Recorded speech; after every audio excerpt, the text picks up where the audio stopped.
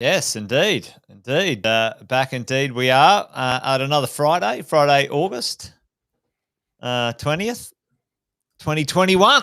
There you go. Yeah. What a week it's been. We were just chatting off air. It's been a little bit hectic pace for the week. So it's nice to sort of land a little bit and hang out with you, mate, have a glass of wine and have a bit of a yarn to everybody.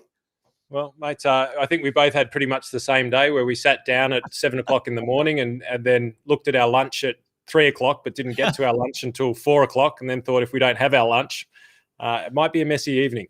It could be. It could be. We've got a few people already jumping on. So good to see you guys here. James, mate, good to see you. Christina, already got a glass of wine. That's good. Jeff, how are you, mate? Good to see you here. Give us a shout out in the chat if you're online. A few people jumped on now, which is awesome. And great to be hanging out with you guys on a fabulous Friday. What wine today? I've got a little Pinot Noir from last week. It still tastes all right, Andy. I only drink very little anyway. But anyway, there you go. Have you got something fresh, Andy? Pinot Noir called that. I swear to God, it is unbelievable that you function on such a high level and you literally try and poison yourself once every couple of weeks. Mate, I've got the older Grant Burge, borrowed from the old man today. Old Vine Shiraz from Barossa. It's getting to that time of the year where you get rid of the rest of the Shirazes that are in the fridge because it'll be Pinot Noir and Chardonnay for the summer to come. There you go. Well, Christina's got what do you got? She's got a Shiraz cab going on. That's good to see. Yep. The Longhorn Creek. Yeah, lovely. Let us know. Yep. And looks like Laura's got a glass of wine too. So great to have everyone here with us tonight. And if I've missed you, we got Robert. We've got Michelle diving into a few people here as well. Bob, Tony. There we go. Hey, Tony's got a bit of Scotch and ice. And the Cuban cigar. What a good afternoon. I hear that goes well together. As a mixer, and Michelle's on the lemon ginger tea, but that's the way to roll. Whatever drinkers you fancy. There you go, team. As you go, as we go, and we didn't get an alert today. Alison was saying, but there you go. I noticed that as well. We'll have to have a chat with our mob in the tech companies and find out what's going on in the world. Yes, well, sometimes we get the alerts and sometimes we don't, but fantastic to have all of you guys here as we do a little bit of an intro kickoff. Most of you guys know us, I think, by now. But if you don't, Andy Fenton over there, Jason Witten over here. And we get together with a bunch of cool people, have a glass of wine on a Friday, started mid-COVID or at the beginning of COVID, supporting our communities, the real estate world and the share and financial planning world and finance world and Andy's side, small business. And we thought we would sort of demystify and support people via a quick debrief at the end of the week. And we've actually turned it into a bit of a thing. We enjoy a glass of wine, a bit of a chat, and we invite you guys along too. I hope you guys enjoy it. Both of us have been 20 plus years in our industries and try and help you guys and ourselves debrief the week and make sense of information, what stuff we should pay attention to and what we shouldn't, and maybe what to look at into the future. So welcome along if you're here. And there's usually we try to stick to a bit of a system or a theme in the in the Friday Wealth, Wine and Wisdom. It's usually a little bit what's in the news, and we spend some time going, hey, what's been happening out there? We might be a few decent articles or bits of information. We like the idea of maybe having a chat about things we should know. There's plenty of things we should all know, and we've had some amazing comments in the chats from you guys as well. And it's always great to have a two-way street in this conversation.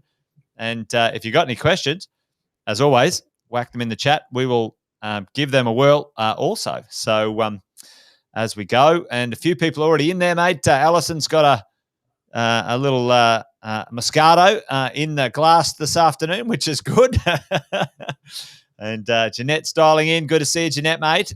And Bob's already on. He reckons there's a bit of stock dropping. Could be a good time to buy. And crypto is having a bull run. It's all interesting out there. And we might dive into a little bit of that today. But Andy, why don't you give it a kickoff?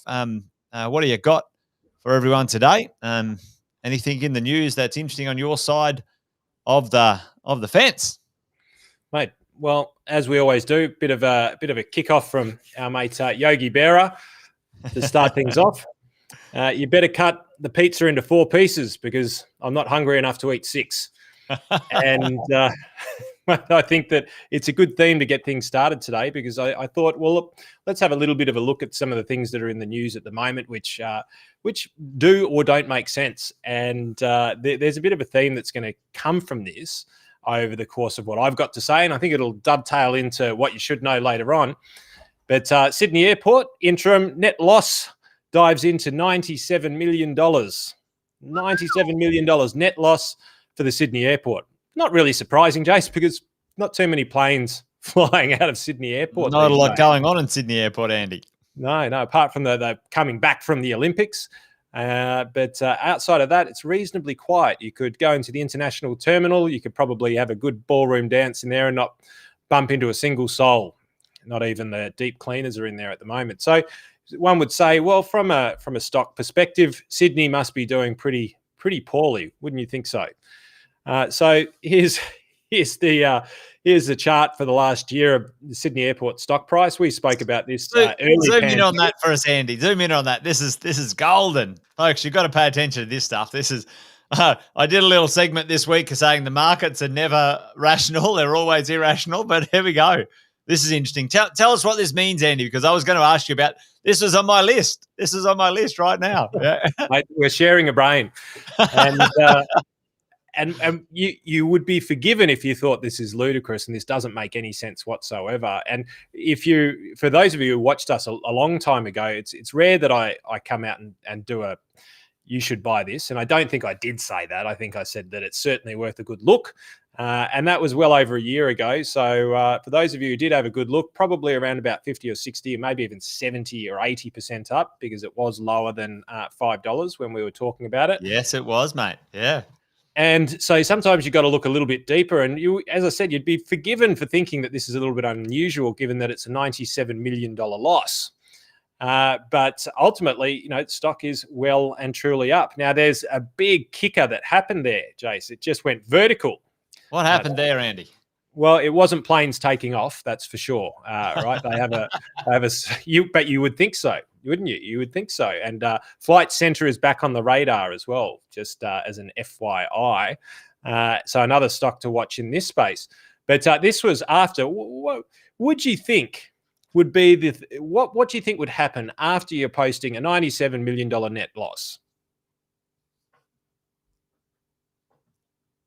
I know. Would you get some input of capital? Would someone want to buy in, loan you money, get cheap resources? What would happen?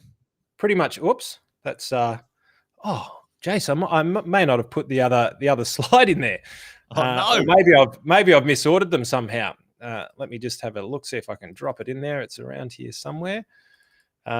Well, I can't, but what I can tell you is Sydney Airport rejects.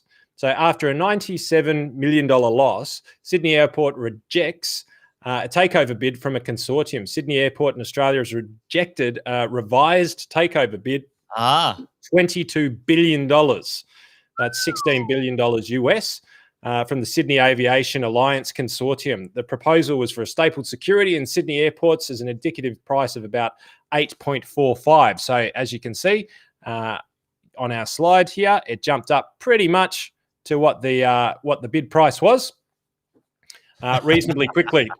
The airports previously rejected a takeover bid back on the 5th of July, which is where that was. They revised the bid, came back in, bidded higher. Sydney Airport said, no, thank you. And this is an example of, obviously it's the remobilisation, right? Because in a world now where supply chains are disrupted, in a world where there are so many uncertainties, people start to look for what are the certainties. And some of the certainties around at the moment are, well, when they open the borders, people will travel and they will travel en masse. Yeah. Well, you as would soon as think it'd be almost ridiculously. It would get busy for a time. Everyone's got to get it out. Like, I've missed out on 3 or 4 holidays. I've got to fit them in, maybe, 100%. And when you've got long-term leases like they do over the infrastructural space of Sydney airports, well, you're actually owning a license to print money in the future. And again, going back to long-term interest rates, when you have interest rates basically down at 1%, you can borrow at 1%. You don't have to be able to push a significant return. And you will push a significant return on this asset when it gets back into mobilization and when the planes start to go. It's still collecting rent from different suppliers, and it's heavily subsidized by the government. But as soon as it's allowed to, one thing that we know for sure is that when they open up the borders, people will travel, and we will travel en masse. And so money will be invested, spent in these things, and that's why people are getting in place for these opportunities, Andy. Tell me, do you know off the top of your head? I've just got a question, maybe for everyone. Like, what would be the multiple that the market is pricing this at for a future income? Is it like a 5 or a 10-year income, or is it a per annum multiple that this thing's worth $8 billion? Like, where how does it get priced? Is there something you can give us some insight on this one? Well, at the moment, you've got.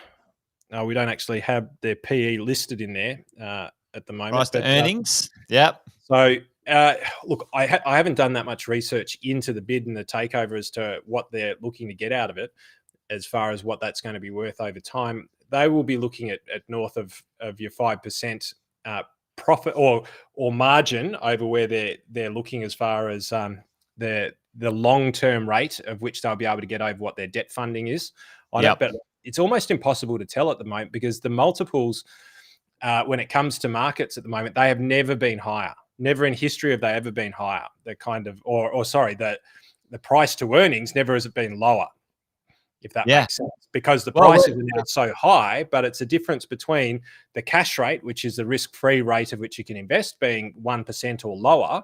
So anytime you can derive a return that is higher than that, you're going to take on a risk for it. And these are major infrastructural assets. So if you're buying at 1%, if your borrowing costs are at 1%, then normally you'd be looking for significant dividends that are sort of 5 or 6%. That's just as a dividend of the profit. So that's a portion of the profit. So you'd be looking at well north. I don't know where the P is on it at the moment, but I would say that it's the highest it is the highest P that you've ever seen. It's the highest price that we'll ever pay for the earnings multiples on this, bar none. I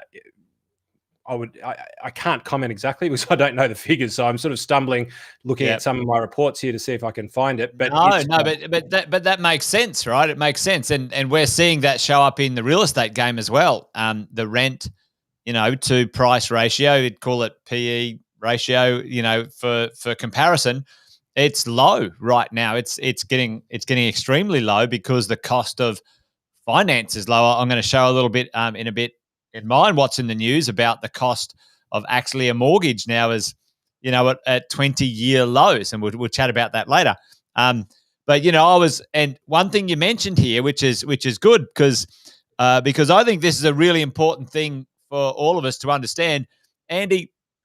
These deals aren't being done by someone grabbing a bunch of cash, right? There is debt involved in purchasing these assets, right? So the money is being used to buy this. It's comes in the form of debt, right? And debt structured deals. I remember you telling me about your life as a reformed banker, but back in the day, debt was a good instrument to create great deals because money needed a place to go to work, right? 100%. And look, it's looking for those homes at the moment, because you can't earn the 1% and expect to be anywhere other than behind. And that's the problem at the moment. So anywhere where they can see a long, stable return, and we talked about infrastructure ad nauseum over the last 12 months, And so any time that we're going to be looking at semi-government backed or government backed long-term yields, and that's what airports are. They're long-term assets. They will go up. That they do have a bit of fixed pricing in there, as in they can't necessarily raise their rents to the airlines too aggressively. So it's very much a fixed pricing market. But assuming that we end up traveling again, and most people would go that that's a pretty good bet. It's just the question mark is when. Like, when are we going to be doing it? Not if and to what extent. They know that it'll be back as big and as bad as it was before. So they're going, well, how long could we wait this out? 1, 2, 3 years? Yep, no problem. Can we continue to get debt funding to do that over the next 1, 2, 3 years? Absolutely we can. Can we lock in that debt for maybe the next 10 years? And the answer is probably yes, they will be able to do it. And so they don't have to earn too much in order to be able to get their return back. So this is what I would call potentially, now not to your average Joe investor, but to the acquisition, this is what you'd almost call a sure thing. Now they'll have built that into their pricing mechanisms, and they'll have got their expectations out of it. But we are seeing this all around the globe, and it's probably happening a little bit later than we initially thought about it. And like Jason's like, hurry up, get with the travel. I've got shares in Webjet. Get people traveling again. Well, and again, I like what you're saying there, Andy, because many of us might be struggling to go, oh, okay, in the moment, oh yeah, when, it could be forever, but it's not going to be forever. It's going to be within 2 or 3 years for sure. If it was 4 or 5, that would be, a long time, but it's before then. And the same thing for me in my neck of the woods is immigration, people moving to Australia en masse. The government has a mandate, a policy to catch up on how many we haven't had in the country.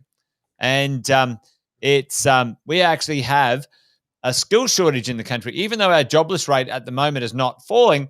I had a conversation with an accountant who specializes in trust fund audits for property management.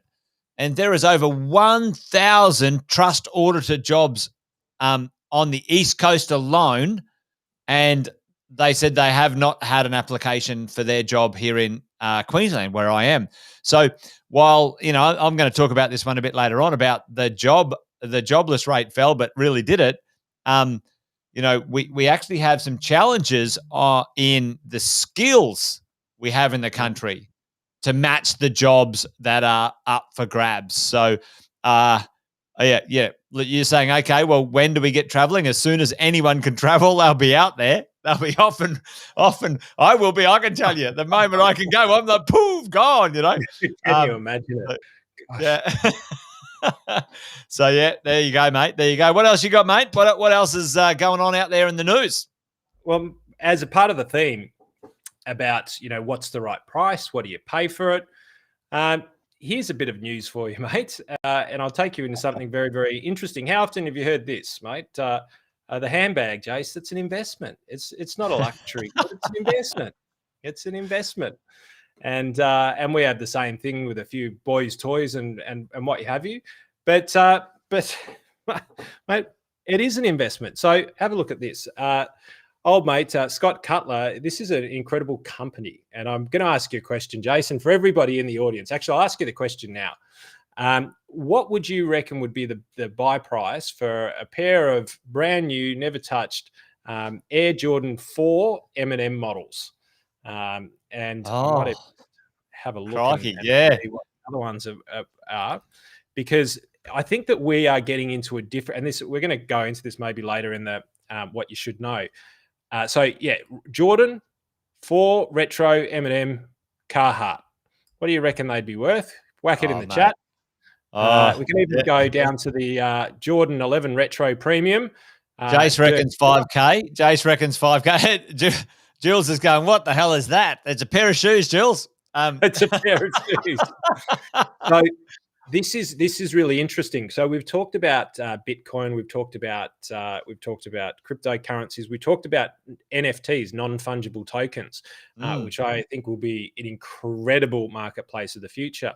So StockX, Google it, have a look, incredible. StockX CEO here, Scott Cutler, was having a great conversation on Bloomberg this morning, and people are buying these things quite literally for an investment, Jace.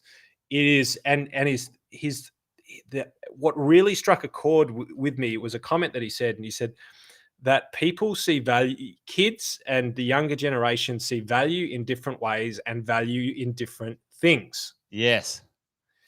And when it comes down to what money is, and we'll talk about this later about the evolution of money, but when it comes down to what money is just the evolution of the barter system, which then basically says, well, it's a store of wealth, and the store of that wealth is ultimately based on the value that people perceive. Currency then changed that, but potentially we're going back to much more of the old system of, obviously it is stored based on the value of the person who is looking at it.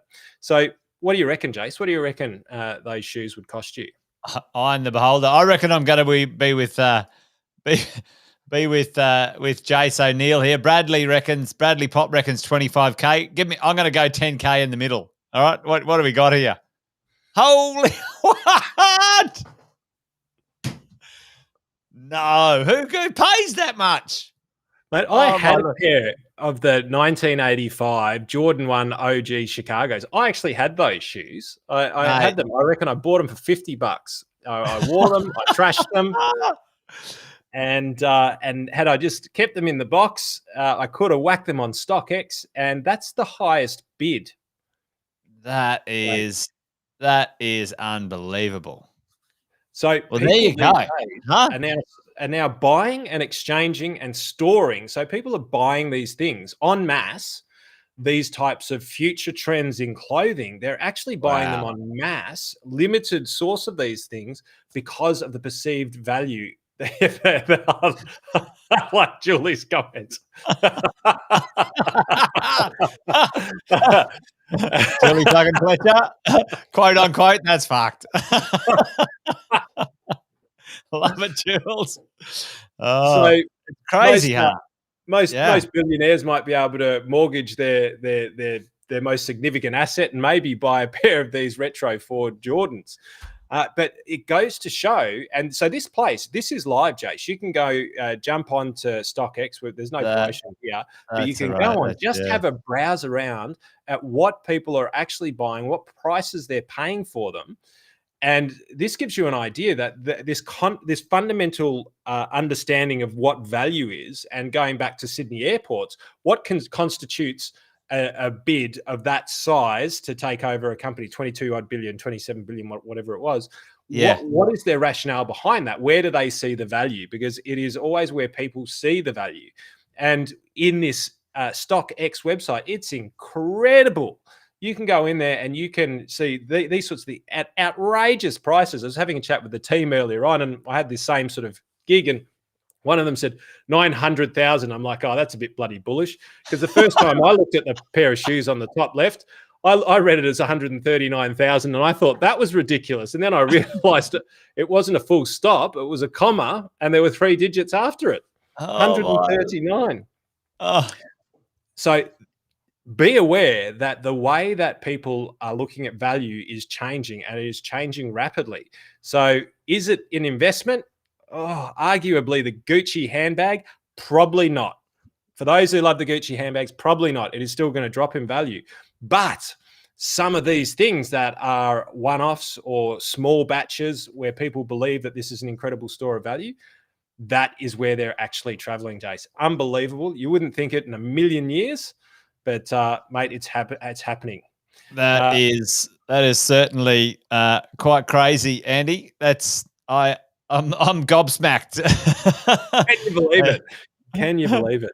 Oh, there you go. And Alison's saying she's got a friend who they call them sneakerheads, and there you go. You have to seal them up, put them in the fridge, keep them fresh. That is something else. I'm blown away by that. That's the kind of person's house that you go around to and you borrow their clothes, you whack on a pair of their sneakers, and they have a heart attack.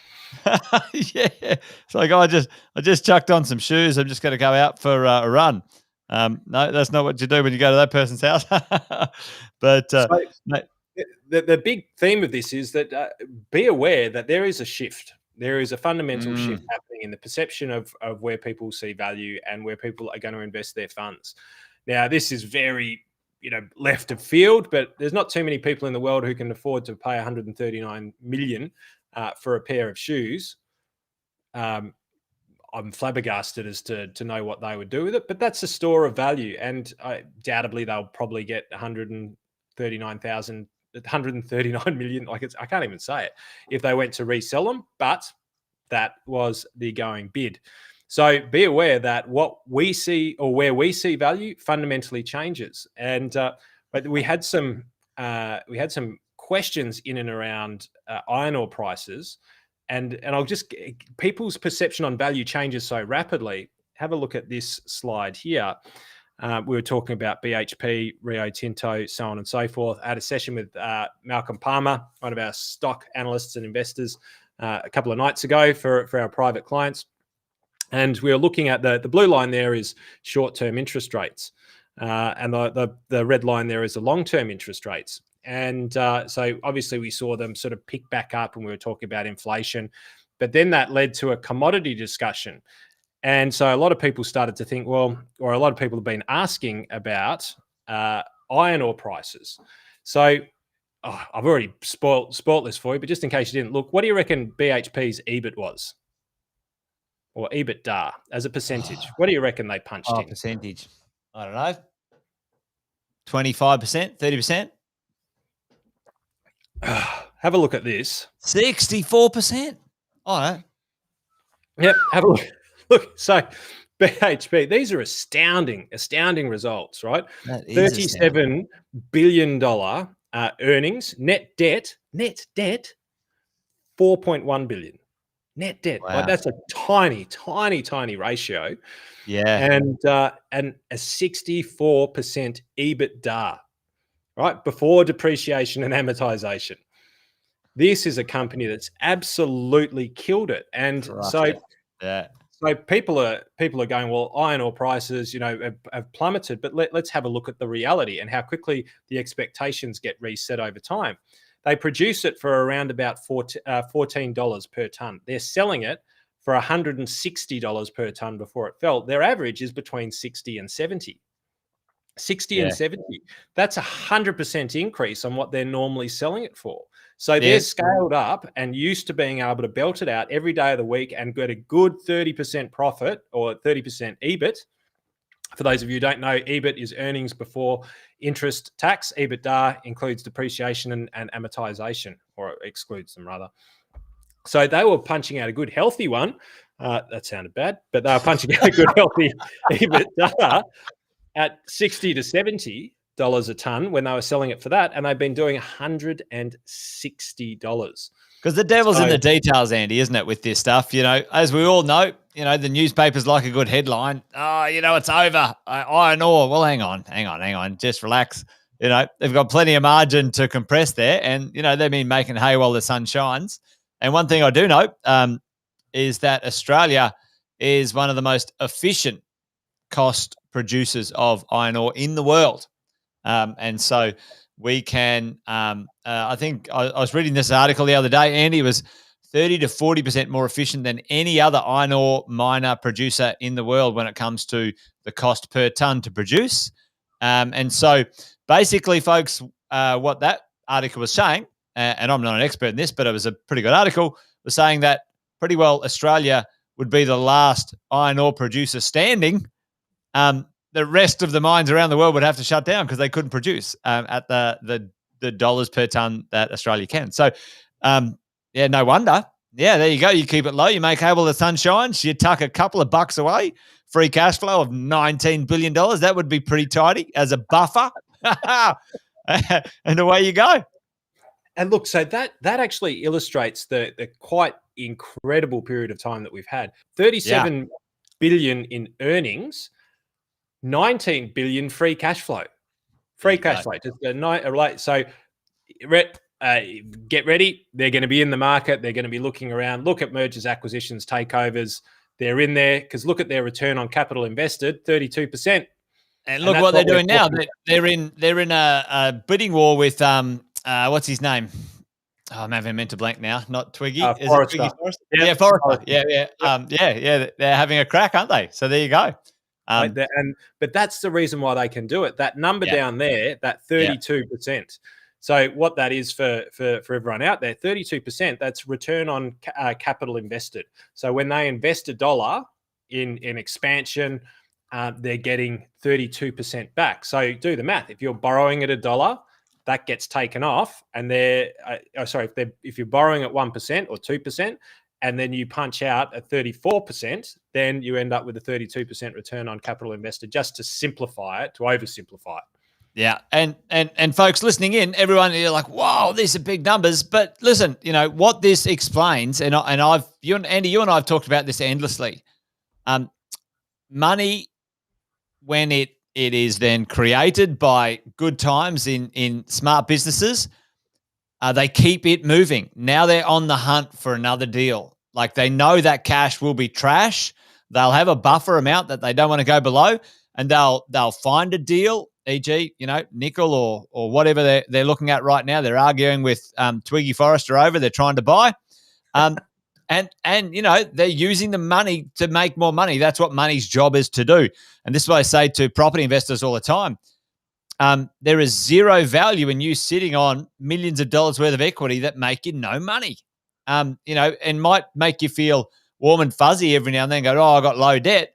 But okay, well, you got low income too, because that money by default, as the prices increase, your value to earnings ratio decreases. And your effectiveness, your deployment effectiveness on your asset ratios gets less and less. And it's an interesting one. We could all take a little lesson from some of these companies, I think, when it comes to just keeping some money moving, looking for a deal, whatever that is. I think it's a good little lesson. And just to put it into context, if they went and approached Sydney Airports would still say, even with your free cash flow, you still can't quite buy us. So the two opposite sides of the coin. And perhaps just the last one, which is, whoops, I'm having a bit of problem with my slide there, Jace. But the last one, whoops, is somebody came out, I think it was in the last couple of weeks, and started talking about buybacks and what was going on. So one of the big ones that's out there is Commonwealth Bank's buyback. And Commonwealth Bank had an absolute gangbuster year. A couple of different reasons is they had massive reserves tucked away for the expectation of big loan write-offs throughout COVID, and they had almost nothing. And so it was quite incredible. So they had all this money tucked away, ready for the bad stuff to happen, and it never actually happened. But now they're doing a buyback, and this is an interesting one. So let's think through this. So when you have massive profit as a business owner in 1 year, an unexpected massive profit, and you haven't figured out a way of utilizing the money, what do you end up with a big excess of? Cash. As a company. Well, yeah, but what else do you have a big excess of? That's tucked away, it's on your balance sheet. You've paid tax. Yeah. Retained earnings. And your franking credits. Franking credits. So as a result, CBA had a massive retained earnings and a large amount of excess franking credits, which they won't be able to use. So what they've done is they've actually issued a buyback, and I forget the full details. And Justin, pretty much on the money, mate. So they've actually issued a buyback, and most people have been looking at it. They're going, why would I give you back the shares at less than what they're worth today? And people are going, it just doesn't make sense, Andy. Like, why? It doesn't make sense. Well, the reason why is because they're buying that back, not all as capital, but as they're issuing the franking credits out in order to reacquire those shares. So effectively, you're getting the buyback with a massive a massive franking credit attached to it. So if you've got a lower interest, if you've got a zero tax rate because you've invested in your pension fund or something like that, and you're going to get all of the tax back, then this could actually be a really beneficial deal for you. But if you've got a full marginal tax rate, you're sitting there going, I don't get it. Here's the thing, Jace. I reckon there'll be hundreds of millions of dollars potentially, or let's say millions of dollars, where people who just sign the bloody thing, send it back, have no idea what they've just signed, and then go, yeah, it didn't really make a hell of a lot of sense. And no, it won't.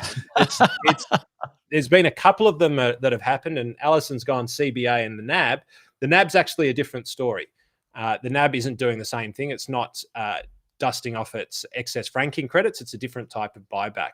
So when it comes to buybacks, buyer beware, because not all buybacks are built the same. And you should really chat with myself, guys like Malcolm from Joseph Palmer and Sons, because there is very specific ways that you can use this, which will benefit you. And there are ways that if you just sign on the dotted line, that ultimately you're just guaranteeing yourself a loss of money.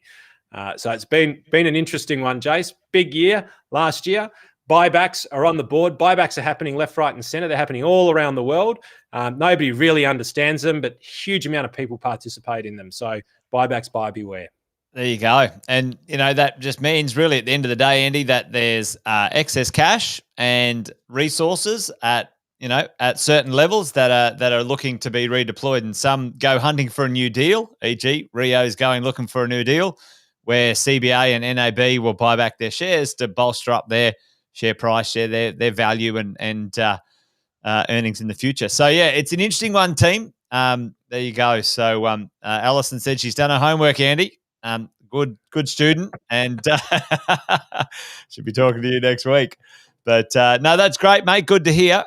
And fabulous to get a bit of insight into what's going on your side of the fence, my friend. But I've got a couple of things that I wouldn't mind sharing with the team also when we have a look at a few things out there. I had the Sydney Airport.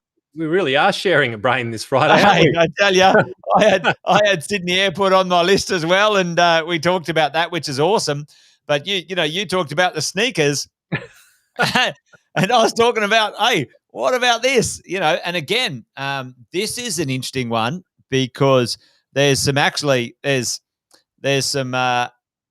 knock-on effects afoot, folks, out there in the world, which we all should be paying attention to. Not only are people having paying more than they probably should for a pair of shoes, but also collectors started to buy up big in cars because we've got some really interesting things going on in the world of renewables, Andy. Where is it here? I've got this one here. Jump back down there, Jason. What was the number underneath that car? Is that $170 million on the classic car down there? Is that? Am I reading that right? It wasn't on that one car, but it was it said the wealthy dropped $470 million on classic cars in 3 days. Holy smoke! You could buy 3 pairs of those sneakers for that, mate. I'm not not sure whether you'd want the classic cars, would you? Yeah, it's an interesting one. But like you said, where are people choosing to store their money and their wealth? I don't know. I don't understand cars and sneakers. I understand real estate, so I'm choosing to store it there. But what's firing a few of these things is, something like this on the right-hand side, Origin Energy, saying that it's now turning off some of its power stations for extended times amid a surge of renewables. And, it didn't take Einstein to work out that this was coming, and this is here. It's arrived. So if your exposure is in coal, maybe you want to have a relook at that sort of stuff and look at what's going on on the other side of the equation. But I thought the connection between some of the oil-based, the coal-based, fossil fuel businesses starting to struggle. And on the flip side, people are going, well, if classic cars are going out of fashion, we better start buying some because they're all going to be battery operated or electric into the future. Which there you go, collectibles time as we go. Well, I grew up with a $3,000 HQ Holden, Andy, and now you can't buy one for less than 20 grand. It's crazy. My first was a Triumph 2000 twin 250 carbies. It was a 4-litre straight six, beautiful car, bucket seats, red leather, unbelievable. Red leather, very porno type car it was. It had 2 hot dog mufflers, and that was about it. Roared like a V8. But I could just see you in that, Fenton. So this one's Origin, but there's AGL, which is a stock that a lot of people have been taking interest in the same area. We're going to see a demerger of that probably later in the year. I'm not exactly sure when. And effectively, what's happening with AGL, I think, is they're splitting off into 2 separate businesses. So they're taking their retail business over in one direction. They're taking their infrastructure asset over into a different direction. And what we're starting to see, and I was having a good chat with Malcolm about this the other night, and also a good mate of mine, Freeman, who might be listening at the moment in the UK, or he'll listen tomorrow. Always likes to get the red hot tips from the Fenster beforehand. Just joking. He knows a lot more about this stuff than me. And he manages a responsible and renewable energy fund over in the UK and throughout Europe. And so the question that I asked in regards to this is, well, it's all very good while government subsidies are in the game, right? Because they build in a stop loss for renewable energies. Yeah. And you need the subsidized government support in order to get the technologies to a certain level and the infrastructure to a certain level for it to be self-sustainable and renewable. And so the question I asked Malcolm was, well, is it going to be policy-led or company-led? And it's a really tough one, because unless the Australian, in my view, unless the Australian government really come to the party and start to really subsidise this renewable energy movement, it will take decade longer to get there. Look at Europe. They are light years in front of us, probably 10, 15 years in front of us as far as renewables are concerned. They look back and they go, you have got a massive desert that is 3/4 of the country. Or 2/3 of the country. Like, what's going on? You guys are crazy. You guys doing? Yeah, no one lives there. Incredible opportunity. Crying out loud. But what's smart about what they're doing at the moment is companies like AGLs, like some of these infrastructure asset owners, they're actually building batteries and things like that on the land next to the current coal-powered stations. So you're probably going to see a lot of this. And the reason why I say this is there will be a tipping point. Don't know when, but there's going to be a tipping point, whether it's government policy led or whether it's company push through. Because at the moment, it's not green. We really don't have a green policy here, really, to be fair. We do have policies, but in comparison to globally, you would say we don't have them. And if the government step in and start to look at this space, mate, you will see it'll happen exactly, well, not exactly, it'll mimic what happened in Europe, and mate, they are flying over there. So it's a good one to watch. It's certainly a good one to watch, and certainly, don't get left behind on it, I suppose, when it comes to this stuff. And that's probably part of, the reason that I wanted to sort of bring it up today and talk about it. Like, how does it affect us and our investment decisions? And, can we be smart about what we think might be coming? And also, but not jump at shadows, right? As well, when it comes to a few of these things, the jobless rate, falls to a 12-year low. Well, supposedly that's a good headline, but I manipulated the people stop looking for jobs. Well, they manipulated the statistics 4 times over the last 20 years. So yeah, who knows which statistics are right? But I sort of put that one in there for me. But the real thing for me, Andy, is that there's a bit of a call from the big institutions to sort of remove themselves from the fossil fuel industry. So I do know. I think it was the Magellan Fund, one of the big ones, and I can't remember the exact figures, but they decided to divest of coal worldwide, and that was quite a bomb about 1.5 years ago, 2 years ago. So this move is on its way. But the big one for me, and certainly when it comes to the real estate world, is not profit, but wages growth is the thing we're waiting for. Really, it's going to be an indicator when it comes to the world of real estate. Right now, prices have risen around Australia and has nothing to do with wage growth, right? Our wages are the lowest, or well, there's been no wage growth really since the GFC. It's been flat or even slightly declining, as it's saying here.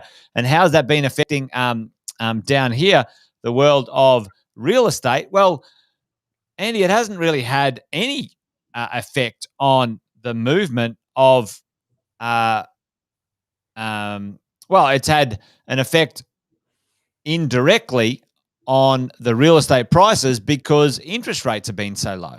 All right. Interest rates, and this is an interesting one. I chucked this up this morning and I talked about this with everybody. It is now, as of 2021 or late, early 2021, the debt to household income ratio, it is no more expensive dollar for dollar to pay for a mortgage than it was in, say, 2003 right now, because the interest rates have been on a downward decline for such a long time.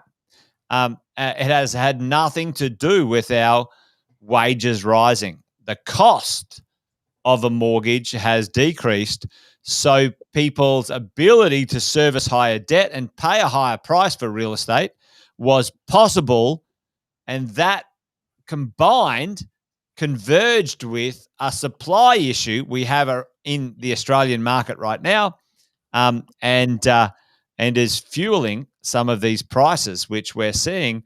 And right now we're looking down at our cash rate, which is pretty low, up from or down from, a long way up a long time ago when it comes to the cash prices. So, it's interesting when we have a look at where we are. Andy, you talked about price to earnings ratio compressing, and we're seeing the same thing happening with rents. I did the calculations this morning with one of my clients. It was a few days ago, actually, but I talked about it this morning. My clients were concerned that their rents had dropped $50 from 2 years ago. And I said, well, how much has your interest rate dropped from 2 years ago? And their interest rate had dropped from 3.5 to 2.5, Andy. So their rent had dropped 7%, but their interest rate had dropped 29%. And they were better off from a cash point of view, receiving less rent. It's mind blowing. It's like, how do I reconcile this stuff? But there you go. And that compression is happening all over the place by the sounds of things, in the stock market as well as the real estate market as we go. See, that's a great example. And you and I call it controlling the cash and moving the zero line. Yeah. This is a classic example of how investors get used to things being a single way over a period of time. And when that one metric that they're looking at is out of whack, they think that the world's gone troppo. Yeah. And you're always moving it in your favor, and you're not looking at the variance between now and then. You're literally looking at it on a one year sort of a cycle, or one going down, but you're not looking at relative to the others. And it's when you get into that mindset as an investor or a business owner that you start to make really bad mistakes, because you don't actually see the opportunity that's sitting in front of your face sometimes, or sometimes how well you've actually done. Because sometimes it's time to pull a pin. It's like, all right, we're there. It's time. Yep. Let's hit the button. It's time to do. Yep, do the do. Yeah, absolutely. And, that's the sort of thing that you've got to think about as you roll in your investing. Is it, is it an isolated observation, or is it one in context? And, that's the, I love the old, according to who, compared to what, and so what, what does it look like, But we had a couple of questions. Julie had one question here, Andy. Where will the people move when immigration picks up? Which state? Well, Julie, if we use a line from a guy I know, he's quite famous for saying this. History mimic. What does it say? Things don't do exactly the same, but sometimes it mimics it. I think I butchered that, Andy. You fucking have to tell me the full. I think I've already used it twice tonight. History One doesn't wine repeat too itself. many. But it's an History doesn't incredible repeat. mimic. Sometimes it's a good mimic. So, Jules, when we look at the past, when we had immigration in Australia, the destinations that were the most popular destinations for the first place to land in Australia were Sydney and Melbourne. Okay, Sydney and Melbourne, they were fairly evenly split, depending on where you came from. But those two cities will receive the majority of people who move from somewhere else into Australia. What does happen as a flow-on effect is then after a period of time, people say, well, there might be somewhere better than bloody Melbourne, or there might be someone better than Sydney, and we move, and they tend to move to Southeast Queensland internally. And so that's the flow, and then obviously a bit of a smattering everywhere else. An interesting thing, Andy, and Julie, if you're still listening in, the government created, and I think, Andy, you were talking about what is regional. I said these movements last time we caught up, but what is the definition of regional? The government redefined regional for the purposes of migration. So you can now move. You can get a visa very easily to move to Newcastle or Geelong or Bendigo or the Gold Coast, in comparison to getting a visa to move straight into Melbourne or Sydney. So there's these regional visas right now. Is that another lockdown joke, Jason? No, it is not. I can't get a visa to move any of those places at the moment. Well, yeah. Well, no one can move there just yet as we go, right? So there you go. And Bob was saying, "Oh, Wollongong, yeah." And there you go, Bonnie Doon. Bob's moving to Bonnie Doon, and fair enough, Bob. If as you go, but yeah, I mean, regional. Michelle, depending on your circumstance, certainly if we have some observation of what's going on right now, the movements from the major cities. I showed this stat last time we caught up, Andy. Was the movements weren't that far, and I might just quickly show everyone what I was talking about. But it wasn't that far from the cities, all right? So even though there is a net gain in Southeast Queensland or the Brisbane area, most of the people who have moved out of Melbourne to somewhere else moved close to the city. They moved not too far away. And Andy, you brought up the question, what is the definition of regional when it comes to this stuff? So, team folks, I think what will happen in the future, and it not so distant, I think those localized regional maneuvers will return to Melbourne in force when it feels right to do so. And I think we will have international migration at a peak level. My call, I think I've said this many times now, my call is we are going to have 3 to 5 years of record migration into Australia.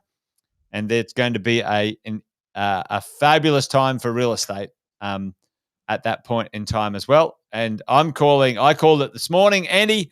I've called within 2 to 3 years a rental boom kicking on. I think the interest rates will stay low.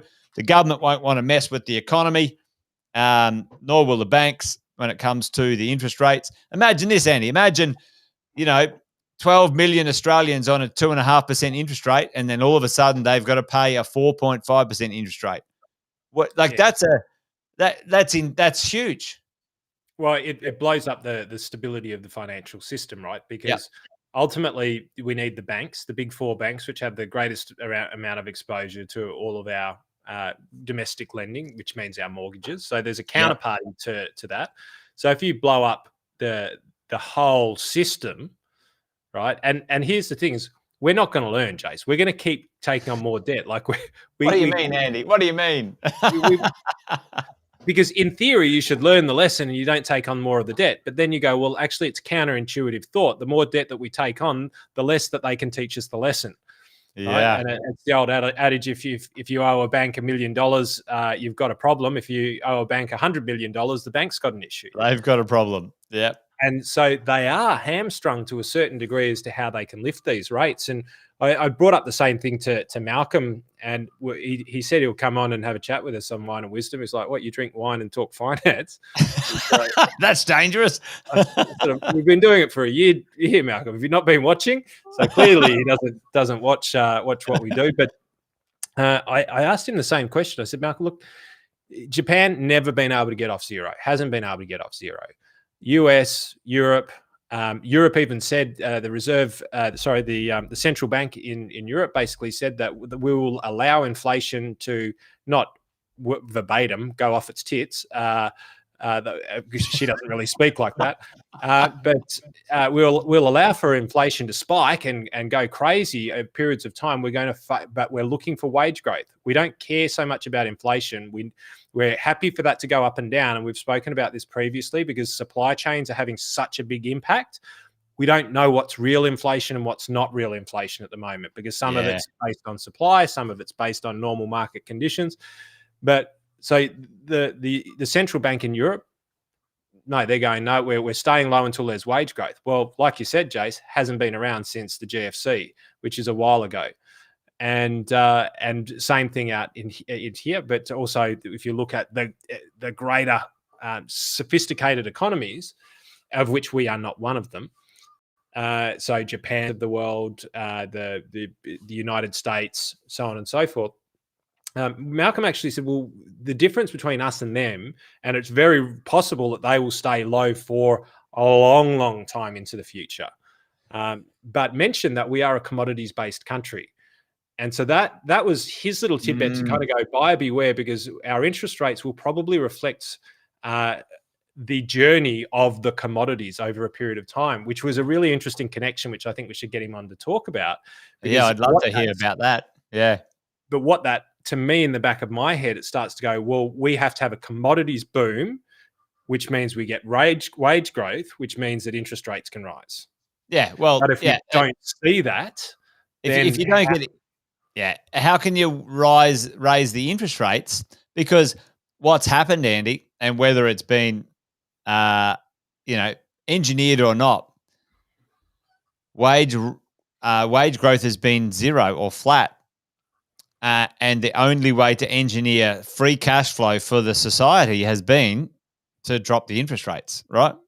So technically, if you take everything off the table, that's what fueled prices in properties growing, all right? Justin is really impressed with your technical terms when it comes to... Well, you know what? I try and keep it as technical as possible while making sure that everybody understands. That's it. I reserve that. The homoscedasticity of our inflation needs to go to a more homo status than heteroscedastic nature. I prefer just let it go off its tits. Love it, Fenton. Love it. Well, Jules, listen, I don't think this would ever be possible, Andy, and and ever's a big claim, but how could it even be possible for interest rates to get back anywhere near that without the whole economy imploding? And my call would be maybe interest rates would march from 0.5% to a full percent up in the next 5 years. That would be my call, if at all. That's my call. I reckon the next 10 to 15 years, you will see people paying off their house with 20% interest rates. That's my bag, but it's not en masse. It is based on a risk-weighted mortgage. And my belief, and we've spoken about this, and it's not a general consensus, it might be 20 years. But I reckon that I'm right, and I reckon it'll go in this direction. But one way that interest rates can decouple from economies is where Julie, you might have a rip-roaring business that is just smashing it, right? But you're reinvesting in the business. You've got no major profits to show that aren't being reinvested. So you're skinny, cash poor, and the banks can see that. And they will, maybe it's not a bank, maybe it's a second-tier lender, and they say, well, look, I reckon you should have a house as well. And it's quite clear that you will be able to continue to pay this because business is flying. So you can afford to pay 20%. So here it is. You want that $1 million house, you can have $1 million at 20% per annum, and we'll reassess your ability to maintain the coverage of that loan on an annualized basis. And if you become less risky, we will lower the rate. If you become more risky, we'll raise it. I reckon it's on the cards for the next 10 to 20 years somewhere. Yeah, I reckon, and folks, just to be clear, what Andy's talking about, he's not talking about the banks raising interest rates. What he is talking about is pricing interest rates appropriate to the borrower at an individual level. What that means will be, I believe, Andy, the technology's there now. I believe that pricing instrument's there, and I'm with you. And I think that should be appropriate, personally, as we go. And the previous 100 years of lending is archaic when it comes to now the speed of information and capacity for us to manage and, understand a borrower. It's like low doc on steroids, Jules. Yep. Yeah, low doc on steroids. And so it should be. I mean, crying out loud. I mean, if you and I talked about, what can we say? Something weird about, bouncing balls or something like that. I don't know. We say it out loud, and 5 seconds later, it's probably a bad thing. I've had too much wine, but I'm trying to, 5 seconds later, it'll be on our bloody phone. I mean, everything's connected to everything. There's data for the Kahoozies, and at the end of the day, we'll see. It's an interesting one, Bob. This is interesting, and I've chatted about this stuff. But what will happen as an individual, as Jason or Andy or as Bob borrowing money? What the laws have set up, and you're right. There are laws that do not allow this type of lending. However, if Andy Fenton borrows some money as a PTY Limited company, the gloves are off, so to speak, team. Okay. And you are now outside the rules of the lending rules right now. And to be honest, I just settled a property, Andy, just right now, low doc loan, completely outside of the rules that provide protections for individual borrowers, and the banks have to abide by. But there will be lenders, team, gang. There will be lenders everywhere that will be doing this. And Andy, I'm pretty sure I sent you these ads not so long ago, actually. And I'm like, I'm going to have a look at this. Private lending advertising on Facebook. I remember sending it to you, but I'm trying to find it. Yes. Now. From the family office, but I think from the family office. Maybe we'll keep that one off the air just so that we don't get sued at some point in time. All right, keep that one up there. Good call. But Bob, it's already happening. Not by us, just by the buyer. Not by us, but professional family offices. Anyway, so and let's be frank, is that Facebook, Google, they're all looking to play this game. All right. And here's the thing. If they want to play the game, the game Google will have be played. got banking licenses already, Andy. Right. But here's the other thing, is that the scary part about these companies taking over the world, which they will, I think it's inevitable in some way, shape, or form, because every government is rules-based. It's constitutional-based. My perception is that I believe that there are certain things that are going on now that are anti-constitutional. But the only way that you can override, so let's just say allegedly, Jace, that some of the laws that they're passing in their little politicians club, let's just, for argument's sake, I'm not saying that they are, but let's just, as a hypothesis, as a random thing, let's just say that some of the rules that they were passing weren't actually what we'd call legal rules. And what I mean by that is that there's a precedent that was set previously that basically makes the new legislation not legal. or not legally binding, or it goes against parts of our constitution, which is the founding framework of the legal system that we operate in. That law is law until it's not law. That law is law until somebody challenges it, and then somebody finds a precedent in the Supreme Court and it gets overrun, and a greater precedent says, okay, well, that's adjusted. Or it goes up to the High Court, all right, and the High Court then can adjust the Constitution or say that that's anti-constitutional.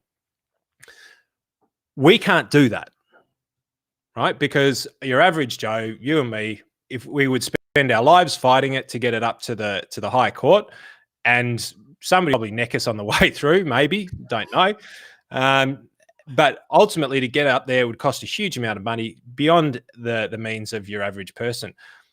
These companies, $156 billion sitting in the war chest of Apple, do you think that they could give a flying rat's ass about taking something right up to the High Court to test whether the precedent would sit, or test whether the law would sit, or whether if they can find their way in and go, all right, here's how we can give people what they want around Australia? Do you think that they're going to even balk at throwing $1 billion at it when they know what's on the other side?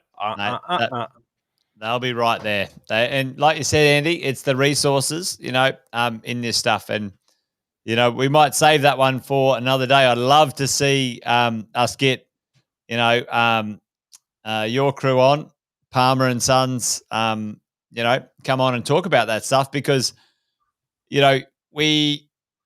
when you rise out of the retail space, it's a very protected, what would I say? I mean, naive is not the right word, but it's protected and there's a lot that goes on. Landscape, yeah. And you rise up into another world when it comes to the ability to borrow outside of the norms.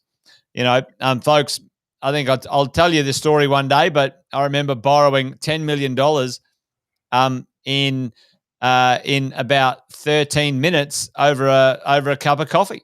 I've found it harder to borrow $5,000 and qualify for a credit card, for crying out loud, than I did to borrow $13 million to buy a property.